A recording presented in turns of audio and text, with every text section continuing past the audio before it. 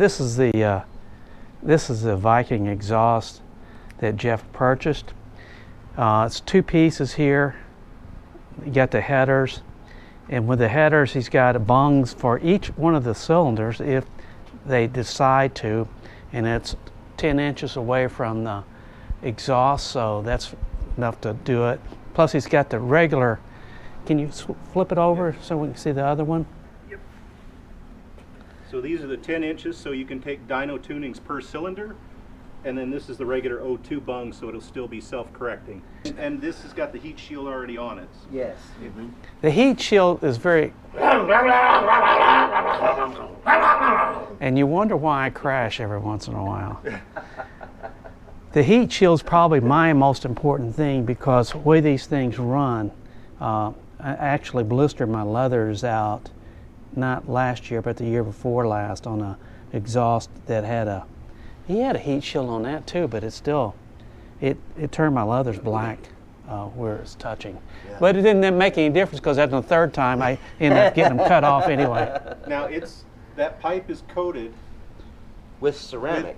With ceramic, and inside and outside of the heat shield is coated, so it should give an extra barrier, an extra thermal resistance for that heat shield, so it shouldn't get as hot. Paul, I'll let you know if my leg gets roasted going down there. This is the Rocket 3 with a stock exhaust. Uh-oh.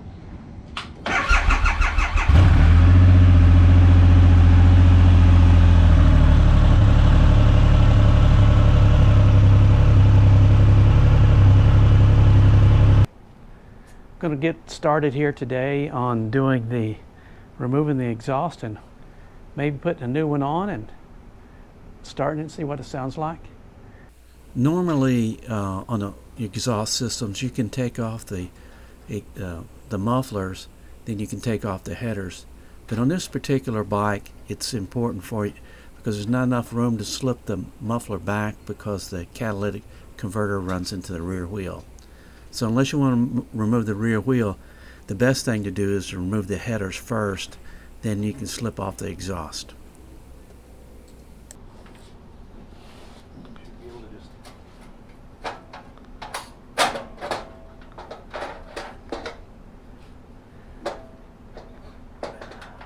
Yeah, see, it's clean. There we go. This one last bolt here to remove the exhaust. Of course, we didn't want to forget the O2 sensor. Elevation correction. If you get some scales, we ought to weigh all these parts taken off. Move it out over there, Jeff. Yeah, got my bathroom. Jay, go upstairs and get my bathroom scale, please. While we're waiting for the scales, let's take a look in comparison between the two headers. Comparison? Yeah, so you can see the difference in the size of the quite header. a bit difference, isn't it? We got Jay down. He was kind enough to hold up the old system. Then we weighed the new system. Then we subtracted and we found that the old stock headers in the exhaust cat versus the new Viking system was a whopping 25 pounds less for the Viking system overall. Now we got to put it on and see what it sounds like. Before putting it back on, Bill wanted to kind of clean around the ports there before he puts the new gaskets on. It's a double piece. Is it all one a double piece? Yes. Mm-hmm. Yep. The old ones were double piece. This is going to be an issue right here. Initially we thought the O2 sensor was going to be an issue by fouling the block, but it wasn't. With the potential of the O2 sensor situation settled, we then was able to put on the headers successfully. You had to use the two small bolts supplied by Viking Exhaust for the bottom studs of the headers. Only those bottom studs are kind of hard and difficult to get to, so you may need a crow's foot to tighten them up.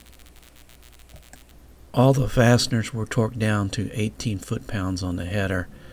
We're probably going to have to go back and re-torque those after a couple of heat cycles. Next up, we're going to have to put the hanger on for the muffler. There you go. Now they're using the hardware they gave us for the, put that on for the muffler hanger. That's good. That's good. You can put a crank on that one too. That's good. Boys being boys, we had to try it, just see what it sounded like, just with the headers. We don't have the muffler on here.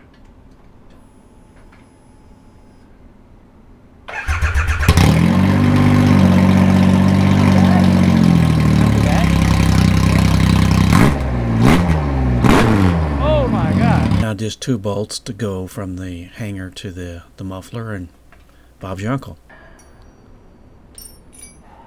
So we're thinking it was about maybe a little bit less than an hour to put it on. Take the other one off and put this one on. Yeah, because it's Yeah. almost 4:30. Somebody determined could probably do it in half an hour. We had a little side adventure here and there, just weighing the exhaust and other things like that. Oh yeah, Yeah. the 30-minute weighing of the exhaust. Jeff's gonna start her up with a muffler on this time. Let me get on my chair, right behind it. Go ahead.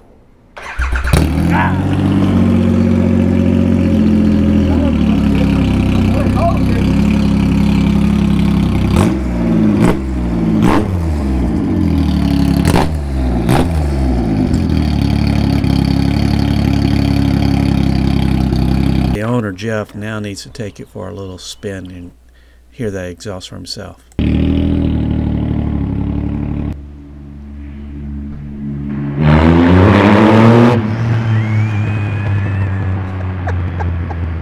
Here you go. The muffler's on.